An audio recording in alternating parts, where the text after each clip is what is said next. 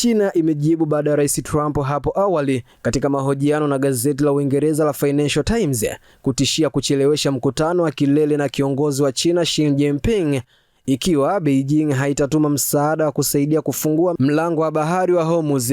Alipoulizwa kuhusu maoni ya rais wa Marekani, msemaji wa Wizara ya Mambo ya Nje ya China alisema, namnukuu, diplomasia ya mkuu wa nchi ina jukumu la kimkakati lisiloweza kubadilishwa katika uhusiano wa China na Marekani. Pande hizo mbili zimedumisha mawasiliano kuhusu ziara ya Rais Trump, mwisho kunukuu. Akijibu swali kuhusu Trump kuhitaji meli za kivita zipelekwe kwenye mlango wa bahari, Lin Jian anasema kuwa mivutano ya hivi karibuni imevuruga njia za biashara na kudhoofisha amani ya kikanda na kimataifa. Nikimnukuu, amesema China inasisitiza wito wake kwa pande zote kusitisha mara moja operesheni za kijeshi. Tumejitolea kuzuia kuendelea kwa vita, mwisho kunukuu. Jina langu ni Hamza Saifu na hii ni Global TV.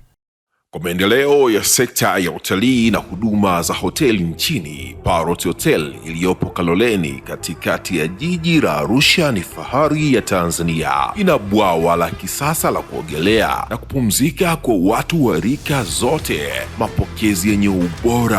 Hapa utapata kahawa safi na vinywaji baridi vya kila aina, lifti za kisasa za kupeleka kwenye floor 13 zenye vyumba zaidi ya 100, vyumba vya kulala vyenye mazingira salama na tulivu, vyenye joto la upendo na baridi ya starehe, kumbi za mikutano zenye vifaa vya kisasa, mazungumzo ya kitaifa na kimataifa, sehemu nadhifu ya chakula yenye kuleta hamu, vyakula vyenye viwango vya ubora wa afya. Baada ya uchovu wa kutwa nzima, kuna baa ya kipekee kwa jioni yako ya kukumbukwa. Karibu Parrot Hotel kuonja ladha mpya ya maisha.